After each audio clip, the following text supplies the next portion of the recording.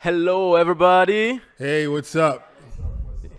Yo, so welcome to the L.A.B Africa podcast. So this is where we talk about life Art and and business. And we're excited today because we have incredible people in the house. Yo. So before I introduce them, I'm your host, Martinson. And I'm Judah Domino. And then near me is Emma Alfaswa. Emma and 100%.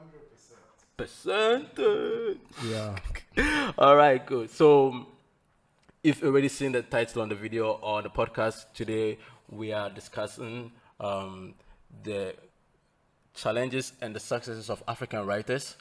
And we're hoping that by the end of this conversation, we'll change some of the negative mindsets people have towards African writers and authors, and then boost our own narrative. That's what we're here for. That's what we're here for.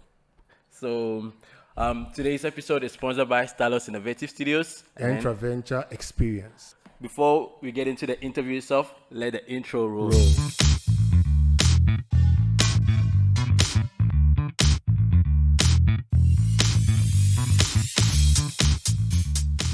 All right, so let's introduce our guest here. So right near me is Emma, and the first time I met her was at a Sasa event. I think Sasa rehearsals actually. And then for those of you who don't know what Sasa is spoken word and singers. Artists and Singers Association. Oh, okay. Speakers and Singers Association. Okay, my bad. All right. So that's where I first met her, and then she was doing her magic, and she was on fire. It almost felt like being in a church service and the prophet was prophesying. He was like, give me a word, give me a word, give me a word. And then you just give it a word and then she's rhyming with it and you're like, oh, man. It was like killer. And that was then. So since then, I've been actually watching out when there's an event. Unfortunately, I'm not someone who attends all the events, but when I get the opportunity, I'm impressed. Yeah. So that's Emma. And then recently, she launched her first book, and wow.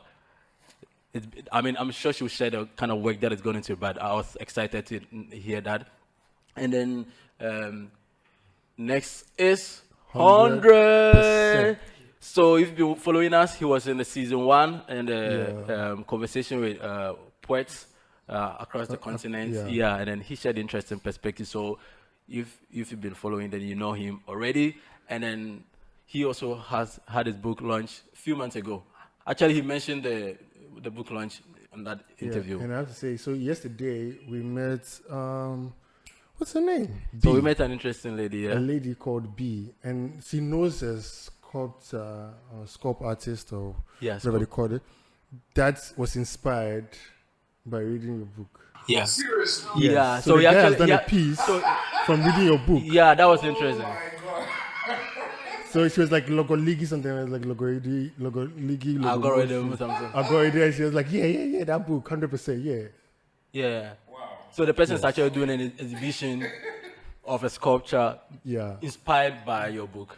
Yeah. I didn't tell her we are interviewing you today. I just...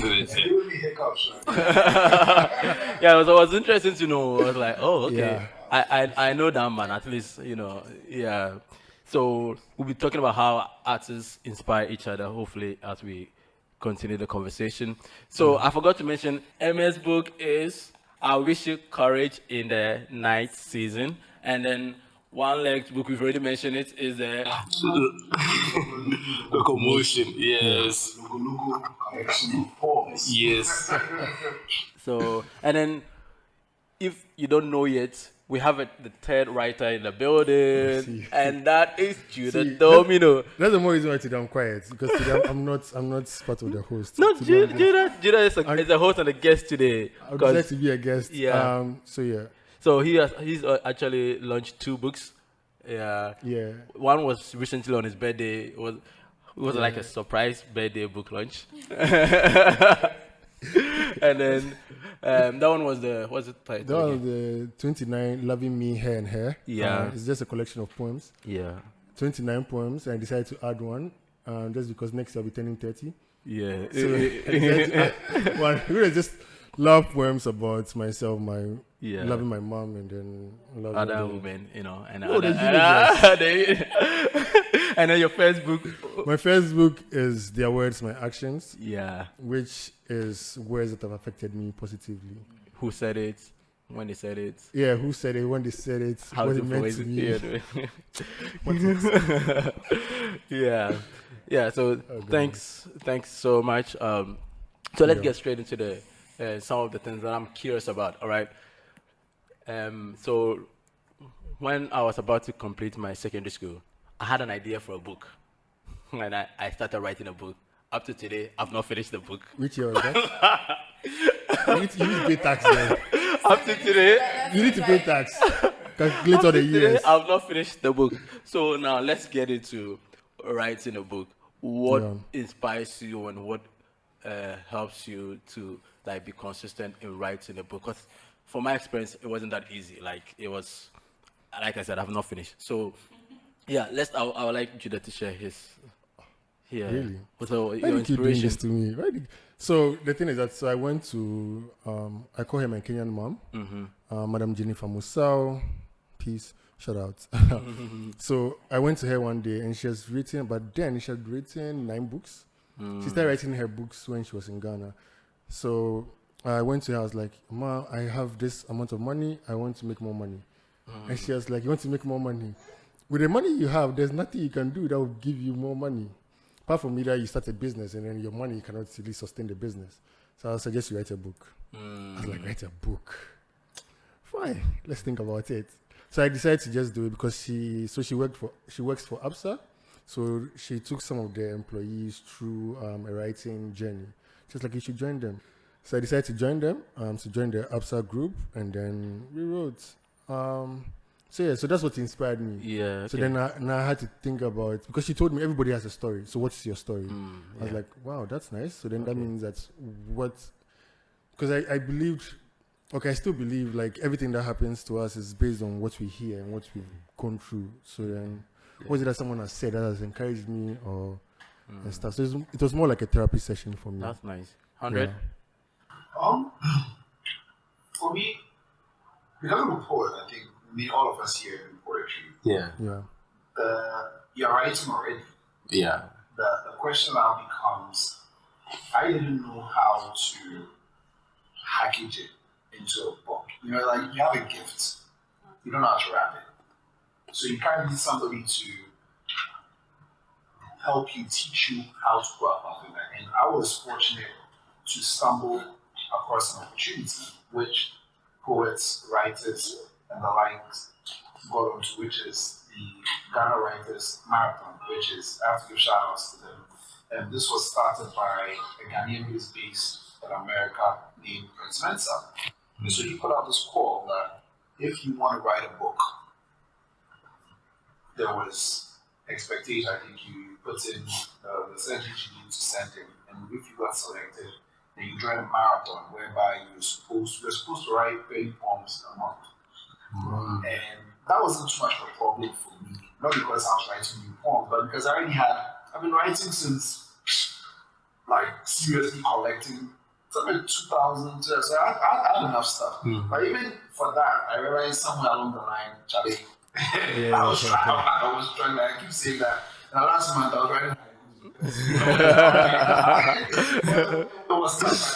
That's the writing process. Now you got that, and it was just good having somebody guiding you. That okay, now you got all the poems. Which one would you use?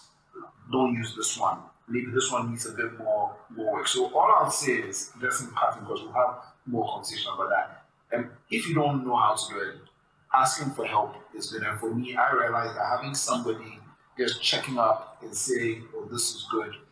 So that you are walking into this journey or getting to a point of publishing, knowing that, well, what I'm coming to bring out is not rubbish.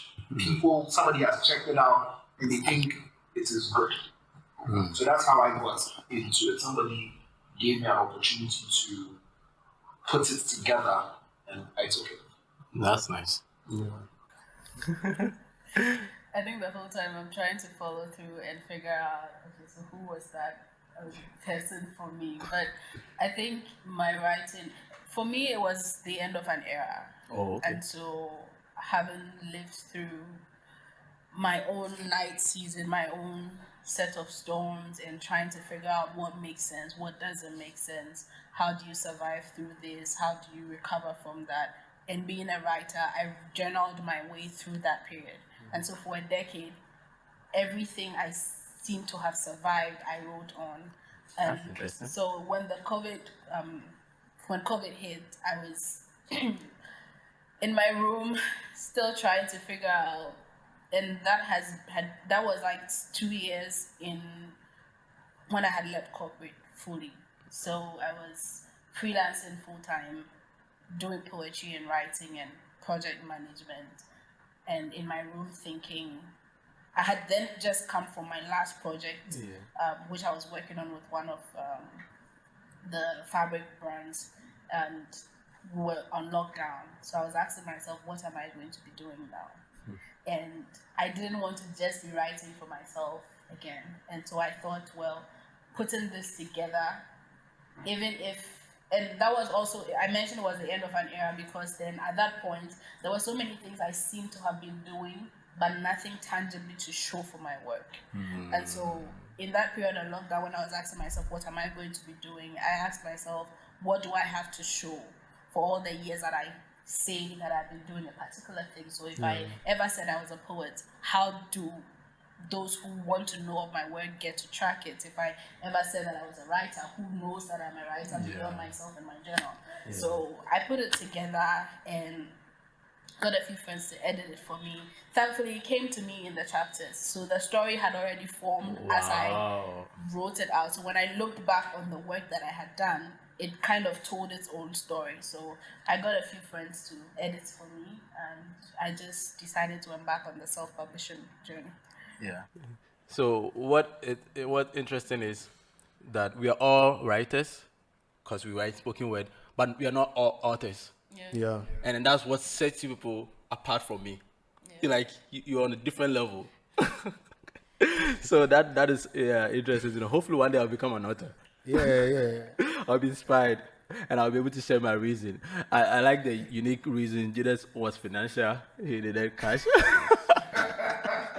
And the rest, Oh goodness. Really? You want to do this today? I'll get you. I'll get you. But anyway, so the other question is, what were you hoping to communicate with your book? Why do you want people to read your book? Or why would you want anybody to pick your book? Okay, let's start with Emma. Okay. Like I mentioned, I wrote from a place. And so the goal for writing this, first of all, was an affirmation to me. So it was in wishing myself courage to confront whatever it is that I thought was a setback or a fear that I couldn't move beyond. Okay. The second thing was that in wishing myself courage, I was trying to see the hope in all that I thought was a dark cloud around me. And so for everybody who picks this book, the hope is that they get to identify that element of hope even in their seemingly night season or their seemingly challenging time. And that is really the core of the message you will find when you pick this book. It is hope in unseeming situations. It is finding courage when it doesn't look available. It is finding faith to fight through or to live through or to do life really as we see it. So I hope that, and I've gotten feedback of how people relate and identify to similar messages. So I hope that those who pick from here on get to find similar things. That's wow. That's wow, actually. Yeah, that's wow. I definitely have to read it. My bad, I haven't read it yet. But Was there? let's go to Jada and I'll come to it. Yeah. What's the question again? What are you hoping to communicate to your audience? Yeah, I just wanted to pull your legs simply because you decided to be on my case.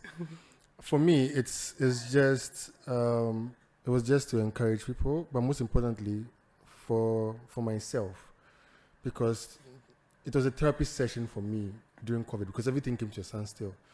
Now the decisions I was making, or why I was in Kenya, why I was on missions and everything, was because of certain conversations I've had with people growing up and all that.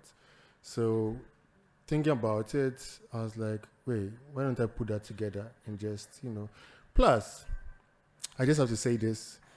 someone said, one of my mentors back in the day said, when you write a book for the rest of your life and for like your children, it's income coming in. You never sleep hungry. Because even if you sell one book, even if you're hungry, you go on the street and you sell one book, you'll be able to eat. Me, it's still financial. You get me? But then that's not what I'm trying to communicate. But what I'm trying to I like your communicate- financial motivation. It's good. No, I'm trying to communicate. It's good. It's very necessary. What I'm trying to communicate is that, hope, faith, everybody, I want everybody to just take a pause, look back, and then ask themselves, what are the good things that have happened in my life? And then use that to push yourself forward and forget about let's go of the bad stuff. Yeah. That's I remember this Judah, I'm just saying, when Judah was being cute, right? So I was I was in Ghana, Judah was in Kenya, and I got a really cute message from Judah appreciating me and how I was like, oh, okay, that was interesting. I didn't know he was writing a book at that time. So Yeah. There were nights I used to cry. I can remember stuff and I cry. so I guess Judah was remembering certain conversations or whatever it was, and then Judah was like, oh, okay, some lovely message. No, Judah. Okay, 100, what about you? What was I trying to communicate? From the title, one of the things I've been trying to do is to, whenever anybody comes into contact with me as a performer, as an artist, is I want them to know that I'm Ghanaian. I think for me, over the past decade, it's been very important for me to stand up as a Ghanaian. I'm not just any human being. I'm a Ghanaian. And the way I think is because I am a Ghanaian. So one of the things that I was trying to communicate was that, look, there are good poets in Ghana. And if you pick up the book, you see a sort of thinking that is different from your traditional poets. That doesn't mean there's anything wrong with the traditional poets. It's just showing that there's that variety exists. There's somebody who's going to praise Ghana, and there's somebody who's going to say some things about Ghana and call it, as it is. At the same time, the person is going to move into religious conversation, and the same person is going to go into things about women, about love. There's just to showcase the kind of poet I am. But more intentionally, I want people to realize that, look, there are, if you've experienced me, you can tell that in our country there are others like me as well who come in their unique shapes and sizes as well. So that's really what I was trying to communicate. Yeah. I remember when I heard the title of your book, it kind of brought me to like childhood, logology, locomotion. I was like, oh yeah, it's been a long time I actually heard or said that word. Like, so yeah, it definitely drums home where it's like the origin, because you're not going to hear that word from any place. Kindly, children don't even know what logoligi is. Yeah, and this is just by the way, you've been doing a what do you call it? A tour with your book as well. Or should I call it a tour? I think both of them have been doing it. Oh, I see them around like a Okay, lot. okay, so yeah. You go on. Let me. I mean, it's nice if I could do a tour, because if you're doing a tour, the idea is, hey guys, I'm doing a tour. Who wants to give money? I'll be here. People will reach out to you. It hasn't gotten there yet. So what you're doing is really trying to find spaces that will be willing to work with you, that will help you promote your book. So I've done a private book reading, which was at a bookshop, Citrus. I did that with Emma. Emma was the mod at that. I think that was last month. Yeah. Later this month, I will do one at Thea, which is just close by the airport. I was able to go back to my high school and share with them on their lively day. So I'm basically just fishing for opportunity, because I realize that we've not gotten to that point. At least in Ghana, we are not at that stage whereby people, what we've written, as great as they are, it's not Harry Potter. You feel me? At least to people, it doesn't feel like it's Harry Potter there. So people are not, oh my gosh, I can't wait to get the next copy. So in order to do that, you have to create memories or things that will provoke people to say, you know what, I really like I like that poem. I want to to purchase that. Because if not, nobody is really going. The book is there, but I don't know. And I think that really just works for everything. Yeah. Anything that we go out and we choose to purchase is because we've heard or seen something as testament to the fact that I want one of those things. If not, nobody's going to bother themselves picking anything at all. So that's why, at least for me, I'm bothering myself in that sort of journey. That's nice. So you're also doing a kind of a tour? Yeah, so I launched it in August, and on the back of that, got to do a national tour. So I did most of the major regions in Ghana. And I did it, let me just say it was powered by MTN, because I was also then working on a project with them. The thing about my collection is it's not just poetry. I included a self-help tool in there. So people could journal, people had tools they could work through. So for those who had financial goals they had to reach, I include a worksheet in there that they could That's nice. they could work on. People who had to pick themselves up on probably needed a boost. For me, I sampled affirmations based on scripture and included in there. I also included journal templates. And so corporates identify heavily with the self-help part of it. So I got to do a lot of that with some other corporates in that space. So I've done a national tour, thankfully. I think we've covered most of the regions in Ghana. And then I was able to do Nairobi with it as well. So yeah, hopefully I can get to continue with the tour before the year rounds up. Wow. It's been Like for me, like this is how I see you now. And I may not tell you. I see like the Kinaisoba of poetry. Always booked. Always, like every week, Emma is going somewhere, performing somewhere. And I'm super happy. Like, I think we should take a selfie after this. I can tell people that I know her. Yeah. I want to do poetry like the way she does. I'm hoping. I think it's a lot of hard work and it's a lot of focus, because for the longest time I was dabbling in a lot of things, and it's not like dabbling because I was trying my hands. I was good at all those things I was doing. But the thing with creative people is we are capable of so much, but one thing we struggle with is the ability to focus the energies into one thing and push it to a level where it can thrive on its own before we venture into the next thing. And so at the end of that era where I put the book together, one thing I told myself was, I can be called anything. I can be a project manager, I could be a CEO, I could be whatever it is I decide that I am. For this period, I'm going to be a poet and an author. And I just closed my mind off to everything. I stopped looking for jobs that would give me salary. I just blocked everything out and said it is poetry and being an author for this phase. If anything at all, I'm giving this the best I can for the next 2-3 years and see where it goes. And so every other thing was just put on the shelf. Awesome. I think that level of focus, if creatives can adapt that, it's not easy. It's not like the easiest part. It's a sitting down on some months and not knowing where the next gig that will pay you is coming from. It is wondering who is picking my book off the shelves in the bookshops. But it is also deciding that regardless of where the income comes in, this is it for me, and it's beyond. The money is important. It is like I'm not even going to sit here and start talking about how important the bills are, but it is the fulfillment that comes from knowing that I regulate my time and I decide what I want to do with my time.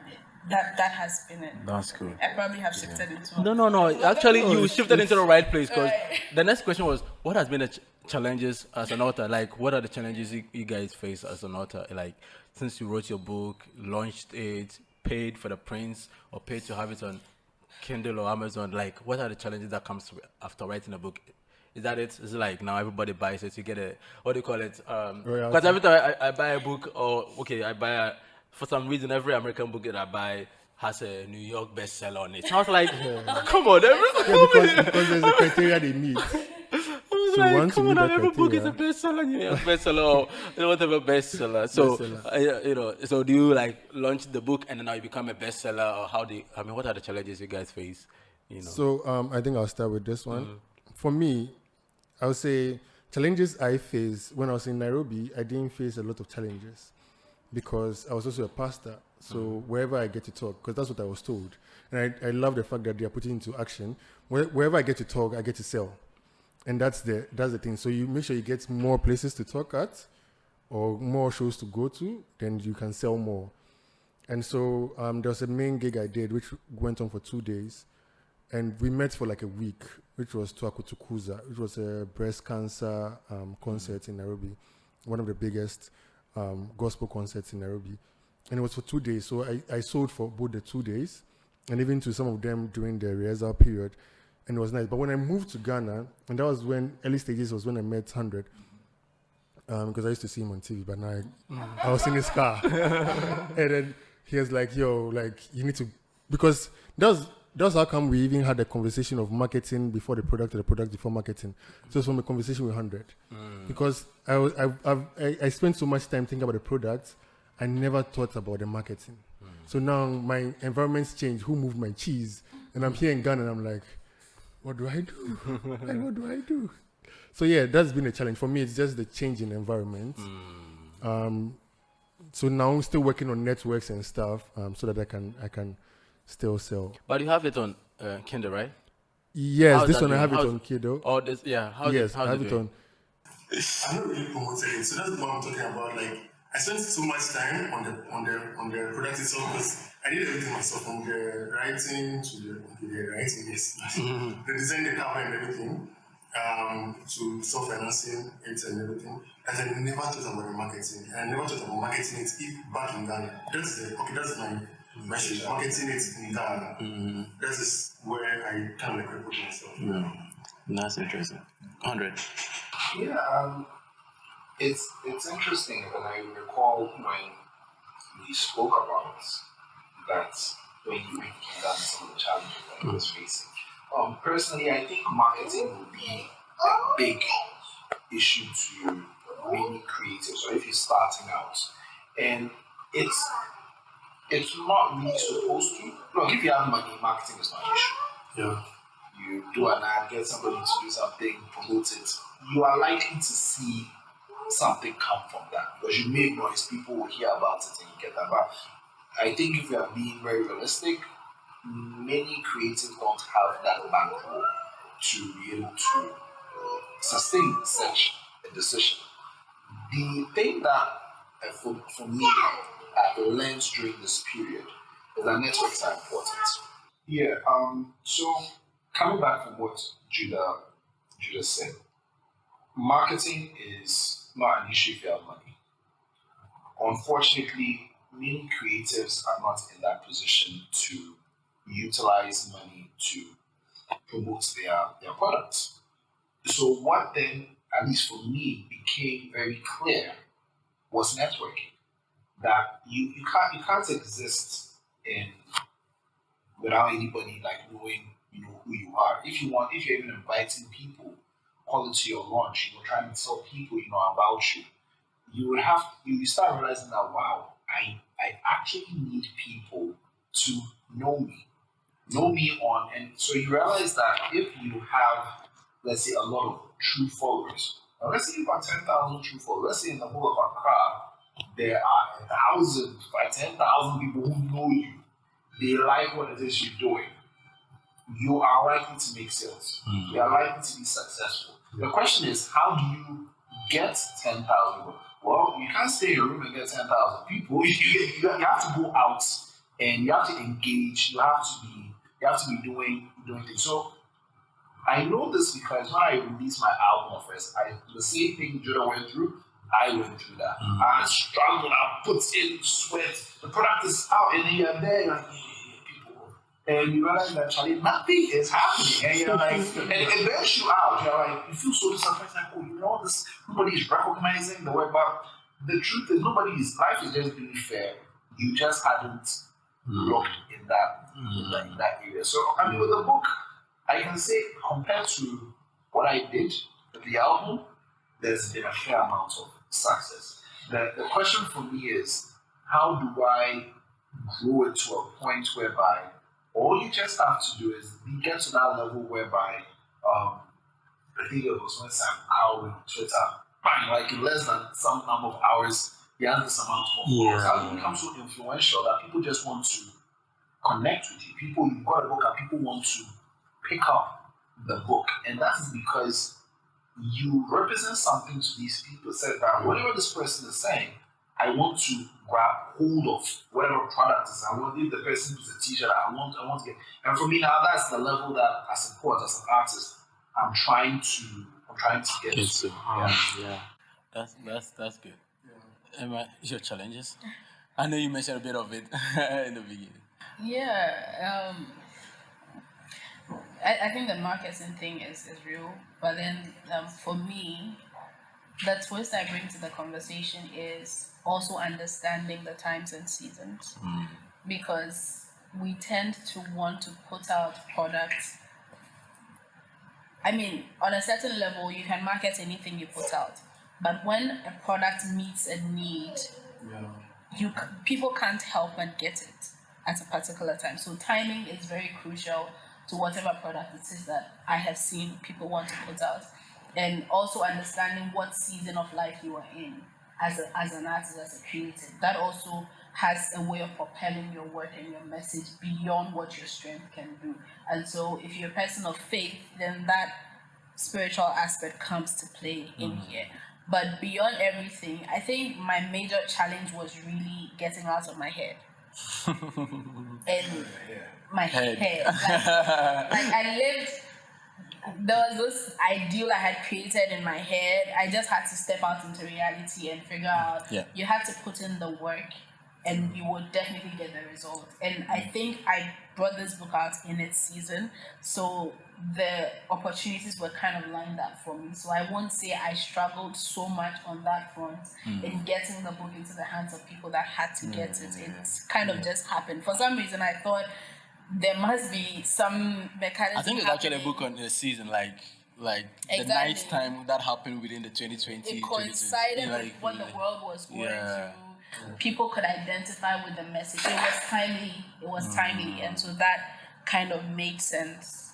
How people gravitated towards it, but also network is very important, because then I realized that most of the people who patronized it from the very beginning were people. It's either someone who I knew or someone that I knew who knew somebody. So it was that whole thing that kept going on, and so someone recommends you to someone, you get a deal of the book, and something that just seems to happen, and you're sitting back wondering, there must be a God somewhere, because beyond my smart marketing gimmick, this couldn't have been like that. There must be God somewhere doing his own thing. So I think beyond all the marketing principles and which is necessary, because I did put in the work. Those who followed the journey realized how much I put into the strategy before the book came out and after the book came out. That work was done, but beyond that, I think the spiritual aspect helped me heavily. Definitely, I believe that. I want to just add something as a challenge, because anybody who is going to pursue books may go through this. So one of the challenges that I had was with my title. Okay.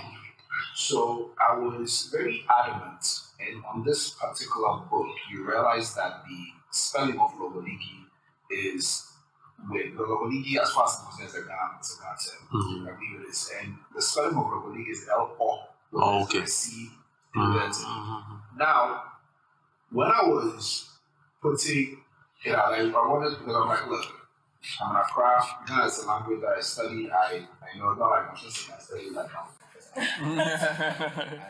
but I appreciate and I like to ensure that the sanctity, the proper usage of the word. I don't want to bastardize it in any way. So I was very strong on it has to be written in that way. You can't do it if Charlie Dash your problem. However, what I ended up realizing was, especially when it came to putting it on Amazon, because I use an Amazon, you have an Amazon cover creator. I started realizing that they couldn't recognize the character or for doing it. So I realized that would snap out a problem. Now, mind you, it's not just the cover. So I first said, well, let me just change the cover and then the text in everything. But there was some parts of the book where you put the copyright and blah, blah, blah, has the everything. I said, no, it can't. You have to change everything inside. So I had to resort to changing, at least for the Amazon version of the book. I mean, if you get the book here, it has to stay with the book. Spelling it L-O-R, like how you would spell it if it was English. Yeah. That is how it was used. And I even realized another problem, that as much as I want to keep it in its original spelling, it causes its own problems. Because the question is, okay, because you're in an internet age, somebody's trying to search the book. How is the person going to spell Logoliki? How is the person going to spell? It's there, but you start realizing that you are causing a problem, because the person is now going to try. I can't put it that way. So you realize that because we have not, as a people, advanced the language to a point whereby it is commonplace to realize that if you want the spelling, this is not an issue. You are actually putting roadblocks to people trying to access your book. So I realized that, look, as much as I want to keep it this way, if I am too stubborn, people will not get the book. And these are things that I think is important for anybody who's trying to write a book, who is trying to use language. And some of the complications that come, especially using a letter that is not easily found on the QWERTY keyboard, or you have to think twice about that, if not, it will be an issue. You have something to that, right? Yeah, not even about the title, but something else that when he was talking, I was reminded of is the publishing process in Ghana. Yeah. Like, if you're going through an organization or you're a United Front, it is probably easier. But if you're navigating that road as an individual self-publishing, publishers in Ghana can stress you out. I think that was my major challenge, if anything. That just reminded me. I literally had copies that I couldn't sell. So the publishing house that I could have gone with that had the quality I needed, the customer service I needed, didn't have the paper type I wanted to use. Talking about the printing of the book, right? So the printing of the book. That's the printing of the book. So the publishing house that could help print the book didn't have the paper I needed for my book. And so they could just do white paper. And I didn't want that. Okay. Now those that had the paper I needed had trash service. Like to date, right? I still paid everything in full and they under-delivered. And literally sent me a message to say they know they did me a disservice, they will make it up. I don't know when that makeup is going to come. But I literally had hundreds of books that I couldn't sell because at the time that they brought the book, it's either the pages were mangled up, the prints were bleeding into each other. Wow. Man. The offsetting was terrible. Oh man. And so I had a lot of copies that I had to throw out. And so you can imagine if you paid per unit cost and that compounding, that's a lot of money you don't have that you're throwing out there. And so publishers in Ghana, really, some publishers, let me put that in quotes, some in Ghana really, I think I'm talking more of the printing, pardon me. I think printers in Ghana. I think if they don't do the whole process and they're just tackling the printing part, some are of the mentality that they don't profit from it, and so they tend to undercut and really. Yeah, she's reminding me of things. I went through hell with that. Called me. Yes, I was looking for other places where I could print. Because then I had done everything. I got people to design, friends who were like network. So my friend who was a graphic designer did the cover design for me. Incredible kid, he's amazing. You should check him out. My friend who is a photographer took the photo, which is on the cover. And so they had already done these things so we did everything. Cover design, typesetting, layout, everything was done. I just had to print. And that was hell. And that was hell.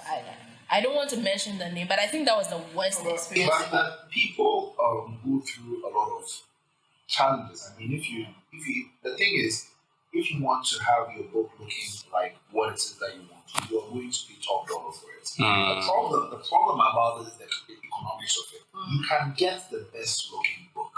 The question is at what price? Now, if you're being very frank, if you bring out a poetry book, and you are not, let me put it this way, You are not Saul Williams. Look, nobody's going to buy the book in Ghana for more than 50 cedis. That's just. At least I don't know what the market, maybe because of things going on right now, people will consider 60 or something. But at the time when I was doing pricing, I knew that in Ghana, the maximum somebody is willing, like, I don't know you from Adam. I've seen a poetry book, I'm picking it up, 50 cedis.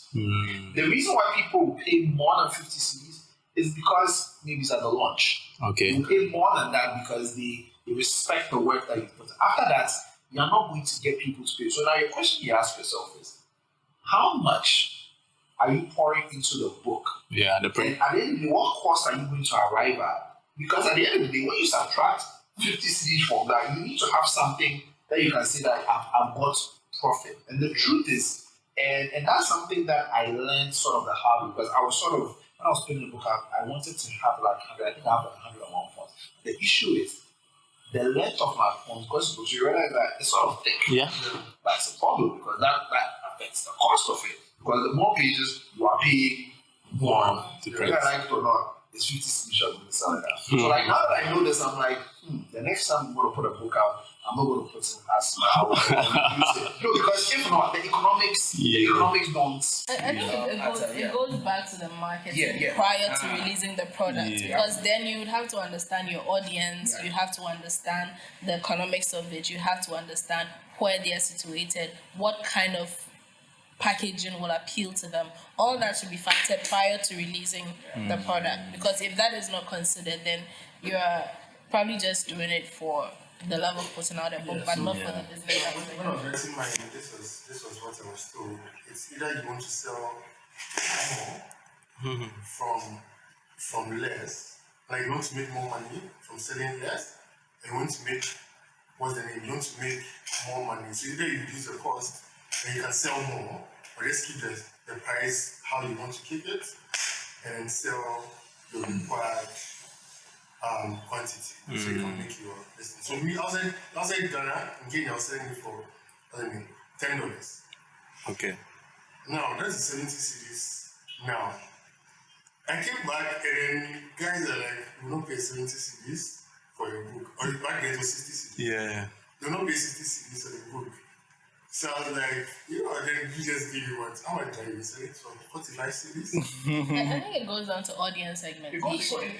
It goes down to that. It goes down to the marketing aspect of it, because when you know the audience, you would know who are they. I think that's a whole marketing class, right? Who am I trying to sell to? Yeah. Where are they? How much do they make? That's if you're looking at the business side of it. What kind of messaging appeals to them? What presentation appeals to them? How much disposable income do they have? Where do they hang out? Who do they hang out with? So all those questions have to be answered prior to your releasing, and then that would inform whether or not you want to go with masses. And so you're selling less and appealing to more, or you're selling high, because if they are high end, then you know they can afford more. it. Yeah. And so you just need a handful. Let me. Because, so in Kenya, I sold like mad copies. I sold a lot of copies. Now I came back, and it's a struggle. Marketing aspect, I get it, but even at the church where I perform, guys, he has a book out. Still, I don't know where the pricing or what it is. No, I don't think it has anything to do with that. It boils down to, let me put it this way: if there is a performer or a poet who is popular here in Ghana, when that poet comes out to something, it will sell because we know you, we understand. If you move to a different place where people are new to you, and let's say you perform, it's one of two things. It's either that whatever it is that you are doing, it hasn't hit them yet to how great it is. And sometimes these things happen. You realize that, like, if you're going back to like just music, let's just because music is easier. When sometimes the song will come out, you listen to the song, it's like, I don't think much of it. For some reason, it just keeps playing. It's playing. And after a while, you're like, I think I actually like it, but the first time you heard it, you were not. Yeah. Sometimes you might even hate it. Some these things, it takes time. So you realize that, let's say years down the line, you've made it big. Your book now, people would be willing to buy it for a price more than the same because of what we are doing. It is not. It is who we are very much linked to our works. Yeah. The greater you're going to become, the more people are like, I want to have that book. So Barack Obama, before he became president, people may have bought his book, but now that he is, his value has moved to a different level. So these are just some of the factors in this equation. Something I would like to share. So yesterday, the conversation with a fashion designer we met, and then she mentioned how in her store, when people come and she's there, she sells more than because she has this personality, there's this energy about her. Yeah. The way she dresses, even she has this kind of a mohawk yellow hair, and then she, you relate to her, but then before you realize you've bought more than you actually thought of. Is that person you relate to? So people definitely buy because of the person. So hopefully, I think that's how we buy stuff here. In Ghana, that's what I've noticed. Yeah. Because in Kenya, they don't have to know me. They don't have to see my work. Yeah. And I think to an extent they have to know. People buy feeling. They buy stories. They buy packaging. They buy presentation and positioning. People rarely buy for the sake of buying. They buy for reasons. And so you reference Kenya, but then you had been there for a while. Yeah. You had built community. There were people that even if they didn't know you, they knew someone who knew you and who had hyped you to a level where, so you were a thing in Kenya, but you haven't built that community here. I won't expect to go to say Cameroon or South Africa and be a big shot overnight. Except that someone there. Unless you're on a certain platform, even. Except I'm on a certain platform or I'm coming with a certain clout. Maybe this organization is bringing me, so that already puts you on a pedestal. Or this individual who has already this crowd is bringing me. There's that aspect of an emotional appeal. All based on packaging and presentation. And so beyond just putting out products as creatives, I think a lot has to do with doing the work on us. Because an artist, if you watch any great painting, right, you are not just buying colors on canvas. You're buying a lifetime of work. You're buying a story. You're buying The a artist period of himself. sacrifice. Yeah. You're buying a bit of the artist. And so all that is in your work. And so I think that's a lot of work that people need to go through if ever they want to put out anything. But because we are on we are talking about books. Yeah. The interesting thing, and I listened to this on Clubhouse. I joined this space whereby they're trying to get people to write, and there was an agent, and the agent was saying that, look, if somebody has written a story, it's very different from a poet. If you've written a story, you don't need to have followers. I don't need to even know anything about you. Yeah. If the story is good, itself I can sell you. It's not, that is not the issue. You could be, and people cannot even see your face, you make money. If you're a poet, it's different. You need to have a certain minimum number of followers. You need to have a certain clout. If not, you at that point you're not to the business where you're not marketable. So that becomes the issue with the craft that we are. You consistently have to be developing yourself to be a brand, so to speak. So that when you come out with something, people want, because if you're not thinking along those lines, you shouldn't really be looking into the space commercially. You should see it just as a hobby and I do this thing once. But if you're thinking commercially, you have to start thinking of yourself as a brand. Andre said this, Fosua did this, that. You have to be thinking of those. And I think in that space, I would say you're doing so much on your page. Like when I decided to check 100's page, like I was like, the way everything is like a gallery, like like carefully curated. I was like, that's a lot of work. Something I've not been able to. I don't think I'll be able to do. I would need a whole team to do this 100. Yeah. 100 does it with the pictures and where he's at. Emma is like what's risky and so then see whiskey and it's not that it's like I'm booked here. This guy like So that's really good. But I like how the conversation is going. It's actually revealing a lot of the challenges authors go through, and it's interesting to know this because at least now I have an idea if I decide to go through with my book, which is still it's still there, it's still the pipeline. Like I would definitely have to figure out how to, get it. But I like the aspect of story because since I started writing spoken word, because what I'm writing is not actually a spoken word, it's actually fiction, but has some bit of it as part of my story and part of my mom's story. Are you still, sorry to cut you, are you still interested in pursuing your dream to finish it? I want to finish it. Okay, then I would say, no, seriously, just start the application period for the poetry, the poetry marathon, the Ghana Writers Marathon is still open. After this, I'll let you Okay. go into it. I think at that moment, the challenge I had was location. So I wanted to bring certain locations, which were here in Ghana. I've never been there, and I heard stories about those places.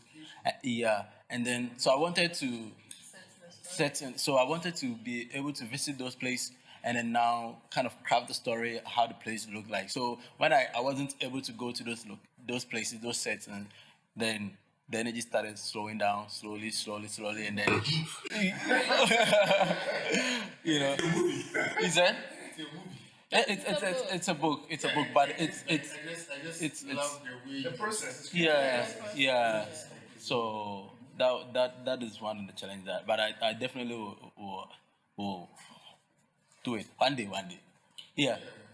But I think like poetry, even writing poetry, can be done in a very story-like form, and then it could definitely appeal to those who are non-poetry lovers, Okay, now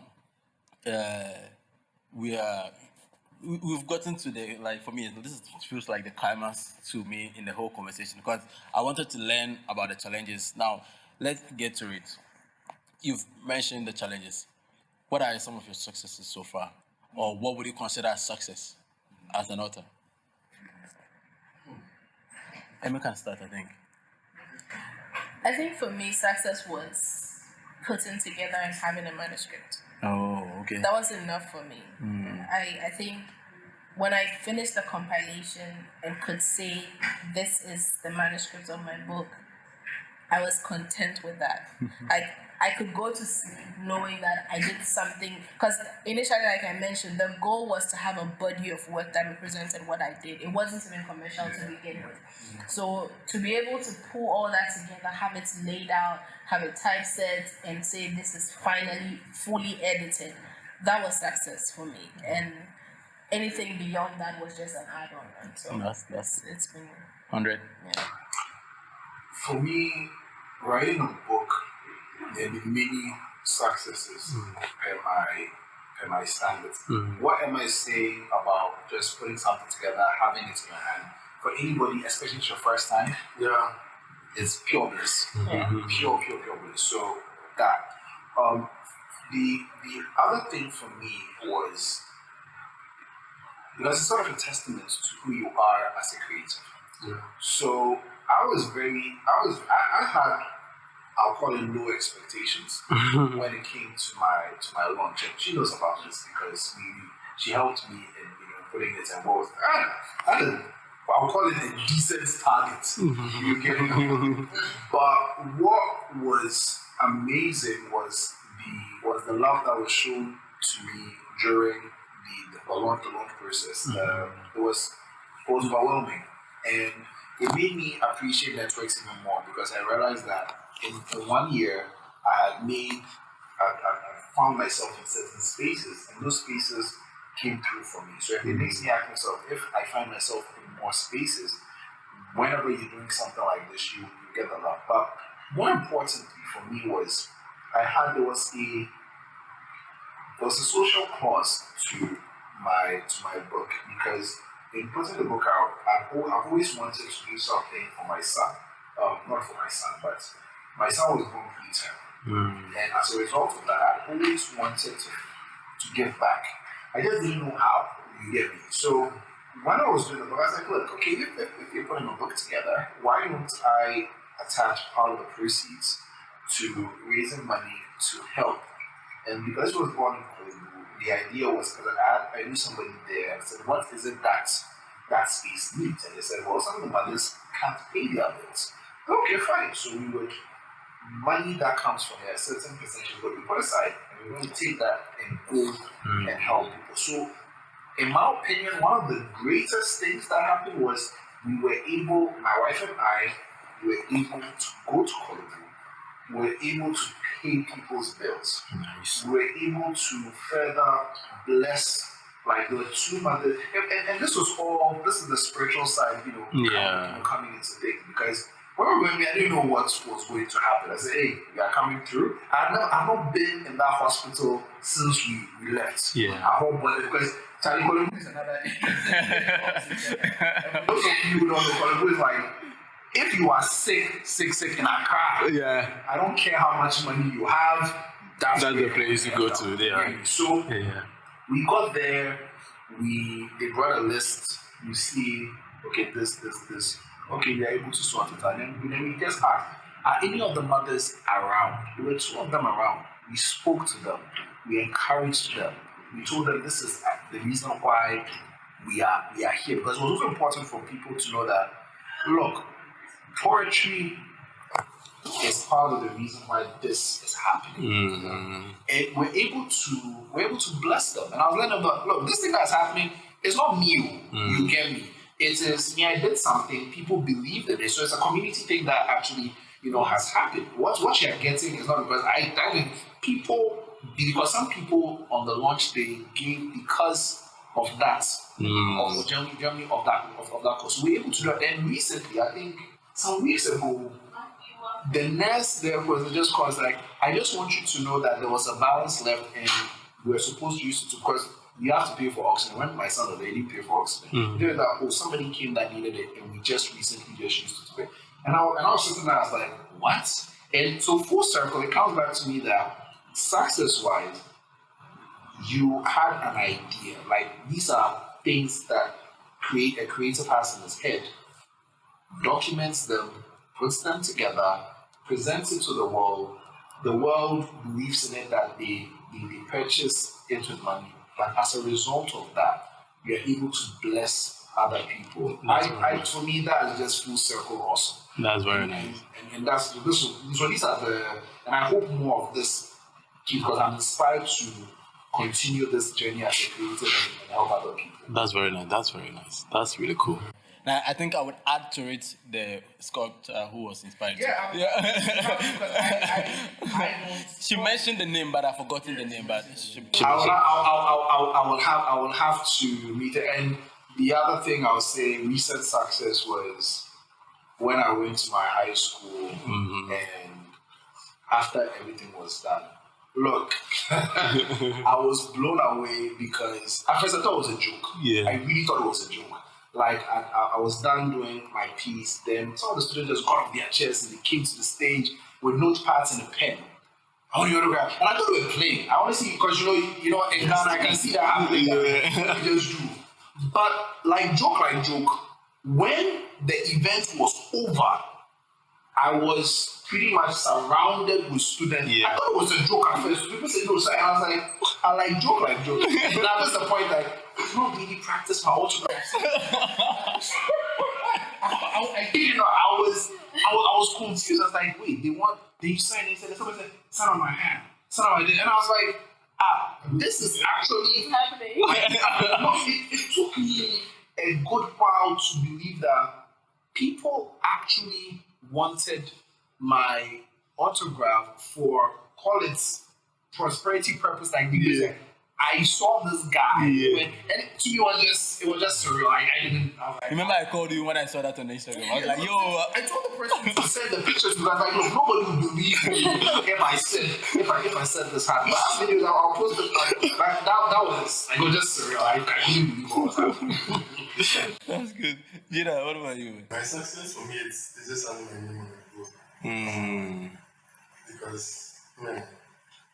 So, no, this is what I always tell people. For me, poetry was not because I studied English, I was good in English or anything.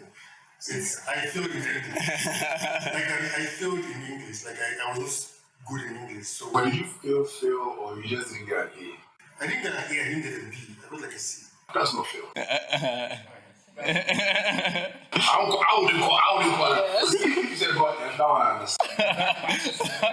You know, one of the reasons in the book here, one of the more reason why most of the times I cry and I keep calling people and keep going like, thank you so much for this, thank you so much for that, was because I grew up being timid and at some parts, like, where I was not speaking English because they were like, oh, keep quiet. So there's like, but, like, you know, even the accent you use, even this and that.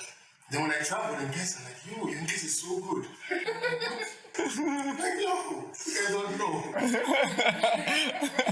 And so for me, being able to write a book and have my name on the book, I'm like, so the more reason why I even decided not to just put an initial of my surname, right, Domino, is Yeah. because this has happened because of the domino, Yeah. the domino effect. Yeah. But someone decided to say yes to their calling, and then from walking around with him, it just rubbed off me. Yeah. And I'm able to do this. Yeah. And that success, which it's little, because I was going through a financial liberation program. Yeah. And then they were like, yo, we want you to give. There's something that you feel like God has laid in your heart or something, just give. I was like, yo, I'm a missionary. My pay is not, it's not enough. And then I've printed the books and all that. And then I told the moderator, I was like, you know what, I feel like I should give my books to everybody that I've mentioned their name in the book. Yeah. So that's why even when I came, I gave it I gave it to people. I just went around, I just kept calling people, I just kept giving them. And the more reason I tell people I made over $1,000 is because after giving that, all my monies that were locked, all of them suddenly disappeared. Like for real, they just appeared. And when they came, I was like, you know what, this is from selling the book. Not selling the book, but from selling the book. Yeah. And so I'm just super like That's cool. grateful. And also another thing is that so the first story in the piece was from my mom's story she told me. So after 11 miscarriages, after 18 years of giving birth to my senior brother, she gave birth to me. So I had a lot of ladies, like a lot of older women and stuff just hitting me up and even just a friend from South Africa which I made from the writing process. Because she was supposed to be my accountability partner. So when she heard the story, she was like, yo, I went through a similar thing, I would like to talk to your mom. Like, because she's also writing a book for ladies who are going through that. One of my mentors to his wife, they've been married for a long time, they've not had a kid. She walked up to me in the office and was like, yo, I'm super grateful that you decided to share this and I have faith that my child will come. And so like, I'm like, if for nothing, that story alone has got hope. And I'm super like happy. That one money cannot buy. And those kind of things, money cannot buy. I'm super grateful. That's nice. That's nice. That's nice. Okay, so kind of we're wrapping up there. What would you think? So let me say before I ask this question. So I went to some years ago. I started a learning center for kids to be creative, so to learn musical instruments, to draw, and then I wanted to attach a library to it. So I went to one of the bookshops, the big bookshops here in Accra, to get books, and then I was surprised I couldn't find African books for children. Like Africa, like all the books that I was finding for the age range was 5 to 15 at that time. There were no African writers I couldn't find in that bookshop. So and then I had to like buy all the foreign books. What would you? So now comes to my question: to encourage African authors and even the African community, both on the continent, outside the continent, to patronize the African books or African authors, because I don't know. It seems like we prefer to read the Harry Potters than China Chibe and MS book and Hundreds book, and So, any ways that we could share to encourage the African community, the authors, or even other audience that cut across. Who wants to start with that? Okay, so, you see, because we're global village right now, it's sort of tricky it's tricky because somebody who, using the Harry Potter example that you gave, well, look, this thing is so bad. I'm Ghanaian, but however, the thing is, we don't have a Harry Potter equivalent. At least I don't know. Isn't it a storytelling? It's the story you give me. My thing is, if there is a story that gives you the feeling. So let me put it this way: nobody in the world can give me like I'm using plantain for instance. Okay, the way plantain is, you can bring me something from anywhere else that may be similar to plantain. I'm like, look, I'm sticking to plantain. I'm sticking to my killer with it. There's nothing you can do about it. Like if somebody's trying to bring you, we've got this type of cloth. It's like, yeah, it's not kente. Because there is nothing as far as you're concerned that is superior. So it's not really because it's easy. I would like to say that look, regardless of whether it is nice, it is not nice, pick it up because it is Ghanaian. Yeah. I don't want to necessarily buy into that. My thing is, if the thing is good, pick it up. If you feel it's not there yet, look, communicate to the individual, be supportive. Don't just say I'm not picking it up because I'm like, well, I don't like this because of A, B, C. The person may say, well, right now this is how we are supposed to go. Hey, all the best to you.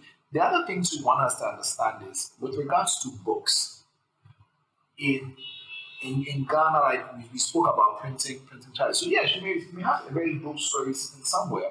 But somebody will look at it and like, I don't like the way it was here. That's not the author's fault. Yeah. Let's remember that. This is not the author's fault. So the print quality, so There are so many challenges. So paper in this country is expensive.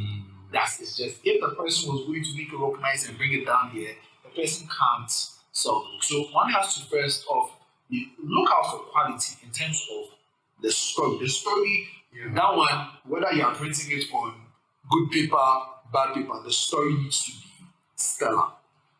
The other challenges that come with it, we have to work with the creatives, and I think more creatives, just people just need to be inspired that if you stick to this thing, it can be a very successful gig. I think it's writing, if done properly, can be very, very successful. You write one book, yes, write another book. Because right now that you're even saying it, I'm beginning to sit down and think, it would be nice to write a book, even poetry, something that's rhyming, just for kids.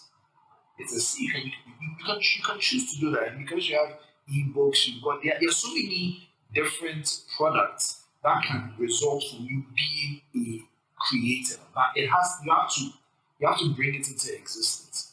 When it is there, maybe in the beginning it'll be rough, but once you start, if we all keep moving on that trajectory, other people will come. And 10 years down the line, you will have a series of book people say, we don't want any of the Western stuff. I want to see a black guy picking up this and doing that. I don't want to be singing Itsy Bitsy Spider. There's a new thing on the block. Because think about how did Itsy Bitsy Spider come? Somebody got up and put it on paper. Now we have it.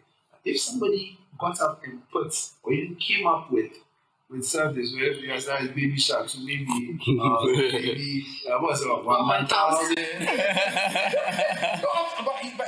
But you know what I'm saying? You just need to make it like cool for the Ghanaian just wants cool stuff. They don't want it. We are picking this up because. But so what about the challenge with the bookshops? Because I don't know whether there are not Ghanaian writers writing books for children. I couldn't find any. Well, I think there are. So Parables, that's the name that pops up immediately. Parables has a series of books that tells Anansi's story, and some are value centered, some are more telling stories like the stories we grew up on, Anansi Nakonhia, Kili and all those things. And he's actually animated, so he's illustrated the characters. In the book, and he has different collections of that. There's that. I think there's also an audio book. I think Akotoa was doing something with one of these, right? I don't readily recollect, but there are quite a number of. But why can't we why can't we find them? So that's what I mean. Like, So I'm what- coming to that. Yeah. The bookshops are in for business. All right. Some are in for business. Others don't mind stocking whatever. But the thing is, because the writer has not put in much work on the marketing end, Yeah. they've not pushed their work enough. They've not built a community. There's not a strong publisher. There's behind no strong publisher behind them. Their book is not being marketed to those who need to know about it. So it sits on the bookshops on their shelves for so long, and nobody's picking it. And that's space that other people's books could occupy and be sold immediately. So the question is, are we growing our kids to look forward to African writers and their works? Are we encouraging young people to look out for traditional African writers? Are we encouraging media to carry stories on African writers? Because then when we're talking about book day, poetry day, all we are looking at is the foreign people and the Black Americans and what they have done. How much of that work are we putting into encouraging our own? Yeah. Until an African writer leaves their country to another African country, they are not recognized as big. Yes. It's a mindset thing. It's a cultural thing we need to shift. They always say a prophet is not regarded in their hometown, and we've personalized that message and we're living it to the letter, to the point where nobody is locally recognized until they've been out there and come back. I was good, but if I hadn't sat on a plane to go somewhere else for them to herald me, you don't think that I was good, but I had been with you for the longest of times. So those are the little things that we're doing. Are we putting much value on the young writers that are coming up? Are we encouraging them by patronizing their works? Are we calling them by supporting their work dedicated to the path, their research that they're doing? It's all money. So how are we supporting them to continue writing, and how are we picking those off the shelves? Because there are African writers who are shelving bookshops. I really do agree with you, because that's the only way we can get the Harry Potters, the Ghanaian African Harry Potters. Because at the end of the day, someone really has to write, has to be encouraged, and on their 10th book, like that is it. But then, if we will not buy the first, the second, the third, and then be like, you know what, I think you can do this better. I think you need coaching here. I think you need this here. I think, I know this person who can help you do this, do that. But then I feel like so many people are sitting on their networks and they're like, oh, no, this is not good enough. So you can help the person. So for me, all I'll say is that let's look out there for, even if the person is bad, the person has done something. It's like in school, they give us 1/10 because you've written. So that's 1/10. They've written, like just call them up if you feel like you can help. If you feel like your English is amazing on top of this thing, take the idea, help them write it, help them put things together, put it out there, and then yeah. So is it like, okay, so I'm very into story, right? Because that's what Starbucks Innovative Studios, my design company, we do, trying to tell a story. The main reason was to tell stories, African stories, because growing up, most of the books that I was reading is like foreigners trying to tell our stories. That's the whole reason why I put this question there is, how do we as African authors and as African people patronize our own story? But I realized that a lot of the books, the African books that I loved, were old authors. I'm not finding new, Since Fall Apart, it's an old author. The Ghost, they are old. There was this Ghanaian one I read. Was another really nice book, I've forgotten the name. Those books, in my opinion, they sold. I don't know if they didn't, but they were books that when I mention it anywhere, they're classic. You mention it anywhere. No. When you mention it abroad, when you mention it abroad, even foreigners, were reading them. You mention it. Oh yeah, I know. And there's even the French translation. There was a student I was teaching, and I didn't know there was a French translation of Things Fall Apart, and they were reading it. You get it. So, those, are we missing those kind of writers on this continent? What is happening, and how do we encourage that? Because I don't know whether you would say they had I can't tell, a serious marketing strategy with all of that, or there was, it wasn't just a story. These things take time. Okay. It takes, I think today's generation being grown on microwave and So everything going fast. like we don't even witness agriculture and how farming, like you sow a seed, you have to wait weeks or months before the seed sprouts, before it gets to mid-age, before some have to be transplanted. It's process. Like you think that 100 tells you he started writing in 2000. Somewhere there. How many years ago was that? This is what, 2022. I started writing in 2008. This is 2021 that I published my book. It's been almost 10, 11 years. It's process. The whole time that I was writing in the secret of my room, watching videos, trying to improve myself, asking people for feedback on my work, nobody saw that and nobody will see that. But give it 5 more years, give it 10 more years, I probably will be acknowledged as one of the great writers in Ghana. Already they've listed as one of the 100 revolutionary writers already. And that's after how many years? 10 years. If I gave up at the 9th year, I probably wouldn't make that list. So we will get there. There will be a replacement for the Chinua Achebes, for the Amate Jews, for the Adichie Chimamandas. Yeah. There will be, but are we willing to be consistent enough to stay the course?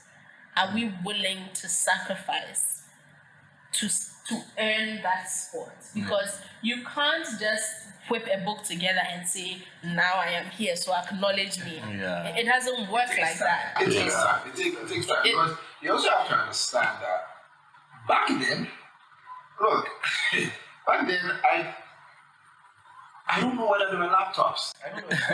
It was typewriters. It was On typewriters. my phone. You know, I didn't even have a laptop. So you're talking about you have to present a manuscript to somebody. The whole publishing process was very different. The whole Amazon. You get me? So you realize that part of the reason why these books that you're mentioning, people know them is because by the time it got to somebody's hand, no, because before you bother yourself now, you know that I have something, I have a great story. And so by the time you are done, the fact that you've typed the thing, it's effort. Now when you type and you send something by email, there's no effort. There's no postage stamp, there's nothing. You just send. So by the time you get somebody and a publisher, it was not that many people who went through that process you gave, they were looking.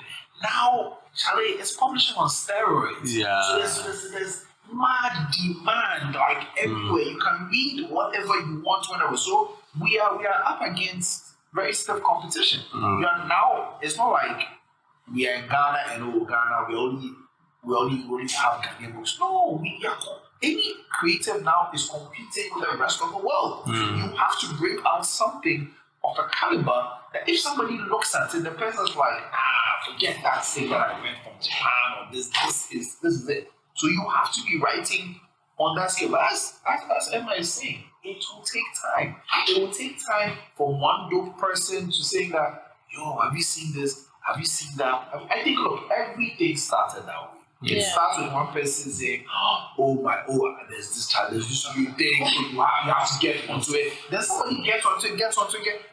But the beautiful thing about writing, and I think we'll see this years to come, some writers were not celebrated until they were passed. It's a reality, and we are going to see. Maybe we may not. I'm not saying that's what I would want, but it may be the case that until you are gone, we're like, how come this person, when they were here, we did not celebrate them? As much. It's just a reality of this. So let's not get all worked up with this idea that I've written books right now. No. It takes time. It really takes time. But you have to be consistent at the craft. And I believe if you are, it's just that we are in different times compared to what the great writers of the past would were. I believe if we are consistent, those same accolades will be poured upon us, and the impact that our books will have on the generations will be outstanding. Just to add briefly to that, I think when you're usually advised that money should not be your main motivation, initially I struggled with that statement because I'm like, we must eat. So what do you mean money shouldn't be? But when you listen to this line of conversation, it speaks to the fact that if money is the only thing that is propelling you, you would give up so quickly. Yeah. Because it has to come from a genuine place of wanting to really do this, so that in the instances where nothing comes in, you still are willing to wake up every day and write a line or two, wake up every day and tell that story over and over again, wake up every day, do that illustration over and over again, even if nobody's paying you, nobody's paying attention to you, and it's just you and your God. There has to be that beyond the money to be able to keep us for whatever time there is before we acknowledge for the works we put out. And that is something that many young people may want to consider heavily, because some quit well-paying jobs just to say, I want to be a writer, and you come in 1 year, you're hungry and you just can't figure out, because there's no trust fund anywhere, there's no family support. Not many are privileged to come from homes where there's even if you do nothing with your life, there's a car waiting, there's a house waiting. Not many have that. And so for those who don't have that background, it would have to be strategic moves, a lot of commitments to the cause, and a lot of planning to actually be able to get through the lean seasons and still make leave a footprint or an imprint in people before you get to a point where your work will. So be patient with yourself. Yeah, it's I want to ask this question. I want to ask the question. Back to my opinions. Do you think, because when you guys are speaking, this is the question that popped in my head. Do you think back in the day there were a lot of readers and there are now? Yeah, because now there's like YouTube, there's content, like video content so much. Now people don't search on Google to read about it. They search on YouTube to see. Oh, no, there really is. Yeah. The ebooks market is getting a lot more, because they call it the chewing gum of the brain, where you're driving to work. What's the name? You're talking about audiobook markets. Yeah. So that's the more reason why we like having a hard copy currently feels like you go to a bookshop and you will not find it. So your question is, do you think there are more readers? Like hard copy readers. No. I think there are more readers now. This is the thing though. We have to understand that the way the world today is processing information is just different. Look, you can't. So you see, some people may not have read, and it's strange that we are giving Harry Potter all this. Some people, like, for instance, I'll give you an example. I've not read Harry Potter before. Okay. I'm not bothered myself. I'm not read. I didn't really. I was just watching myself. Yeah. I read the books and watched the movie. No, I haven't. Oh, nice. This book, this what's it called? This thing that everybody was on and on about. Twilight. Not Twilight. Okay, Twilight, but this one that was Game of Thrones. Game of Thrones. I have the book, but I never got to read it. However, the fact that because I've watched Game of Thrones, whether it stuck to the book, it doesn't stick to the book, Lord of the Rings, whatever it is you choose to call it, the fact I've consumed it. You can't, yes, maybe the company's reading the books are better. Yeah, maybe because your imagination has certain processors and graphics card that can paint certain things in a certain way. You get me? But me, what I saw, oh my God, that was like the dopest thing I've ever seen. It has been consumed. Whether you read it, you didn't read it, I watched it, we both consumed it, but we consumed it very differently. Because you can't say that if I'm telling a story, a Kwekwanan's story to my kids, and the person is somebody else is seeing it. It's two different people. I am like Blu-ray, or I am like 3D, because I'm like, oh shit, I am still telling somebody a story. The kid may read the book. It's like, this is not the same. It's not the same book, because when Daddy tells me the story, there's special effects. So the truth is, whether we like it or not, we are consuming media very, because book is media, whether we choose to believe them or not. But any film, any movie, any video, any audio that is going to come into being is going to start with text. whether you like it or not. So the fact that the reason why I'm saying that there are more readers now is because there is more access to media.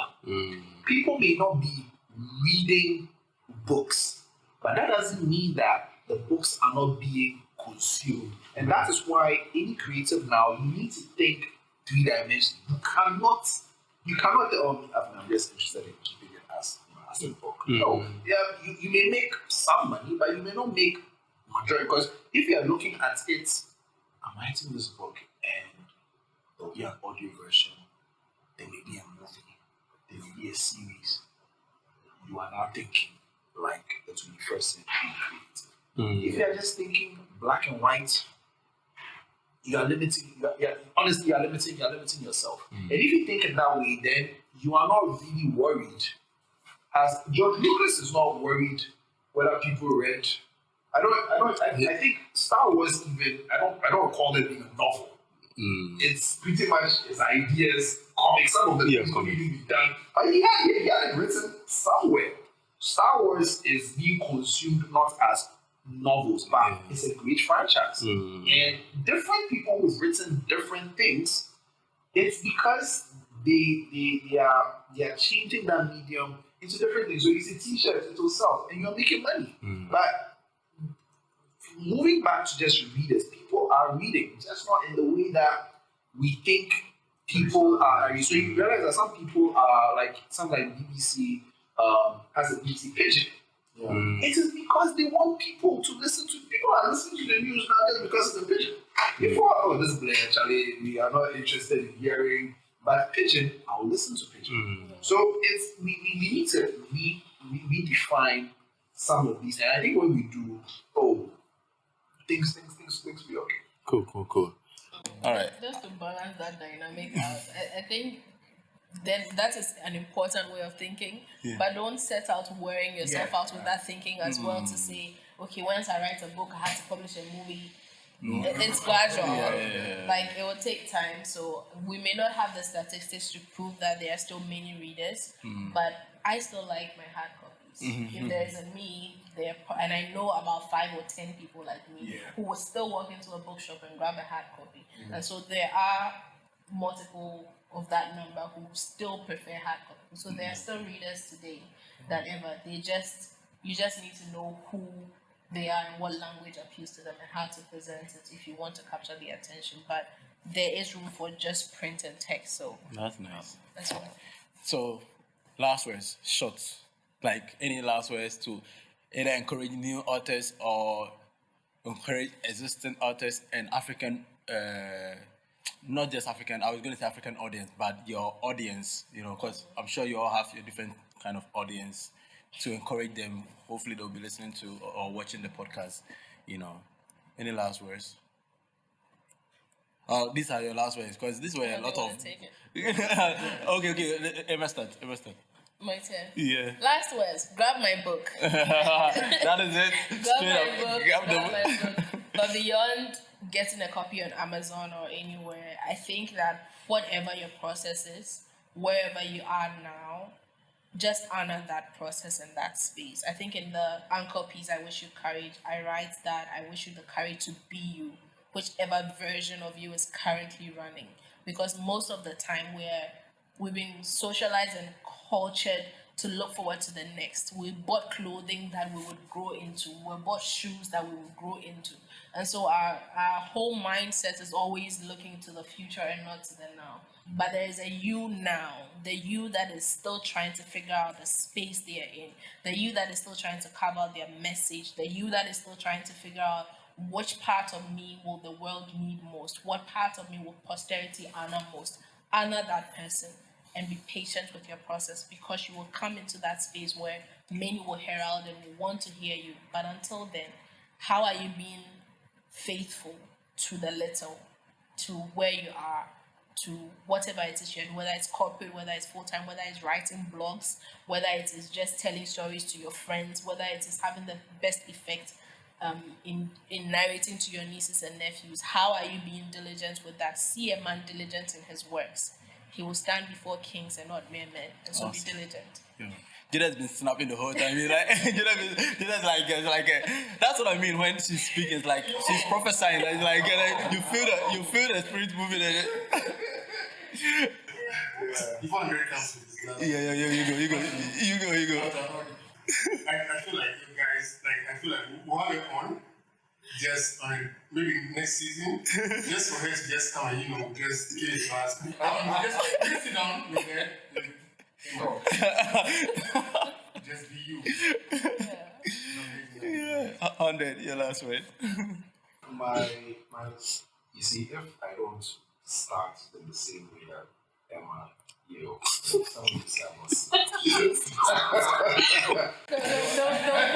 the pressure, man. Well, you have to yield to that. It's not pressure, it's wisdom. Yeah. That's really what it is. So, we're talking about these books. It's available on Amazon. If you're in Ghana, you can get it at Citrus, you can get it at Vidya. As well. So I believe the links will be available. Yeah, we'll put it there. You have to get the book. My last words are follow your passion. The title of the book is pretty philosophical. It wasn't when I came up with it, but it's pretty philosophical because life is global. Life that is not a straight road. There are twists, there are curves to it. And you're often going to be very confused on which path you want to go down. This is where passion becomes your compass.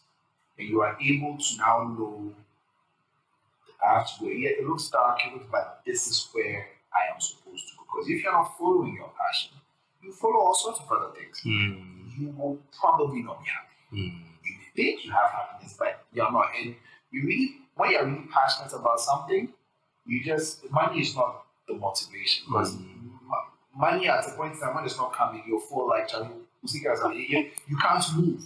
But if passion is your fuel, that will help you to be consistent. That will help you to keep pushing on, even when things don't look. Listen, you need passion to lift you up. Passion is that friend that I don't feel like getting up. No, but hey, let's get up. Let's do it again. So you follow your passion, and regardless of how logoligi your road is, you keep moving. That's cool. Yeah. So you're also Yeah. I was going to let Judah say, but I was like, Judah, you are the host. You always have a last say. You have a last say in every. Grab a copy. Yeah. Put the links out. Yeah. Yeah. So we're going to put in the links to all these books. And there's on the YouTube channel, the L.A.B Africa podcast. The links will be there. Just click it on the Instagram. So the Apple podcast, the Google podcast, and the Spotify will be there as well. And then look out for some of the posts and the questions in the Spotify podcast because it gives us the opportunity to do that as well. Thanks, guys, so much. I've learned so much. At least now I'm prepared. To get back on track to write my book, but it's been really interesting because I'm really praying and hoping the coming a time where there'll be more Africans telling the African story, and then not where foreigners are telling our story. That's where I'm hoping we will get to, because the perspective you bring to our story is completely different when someone is from outside, and then I'm really hoping that more people who were hoping to write a book after watching or listening to this will be encouraged to go ahead and write it, and then put it out there. And it will grow. I mean, it's not easy as you guys have described it, but it's a journey. It's a process. And if you want to be encouraged to write a book, just buy one of these books. I'm sure it will encourage you as well. All right.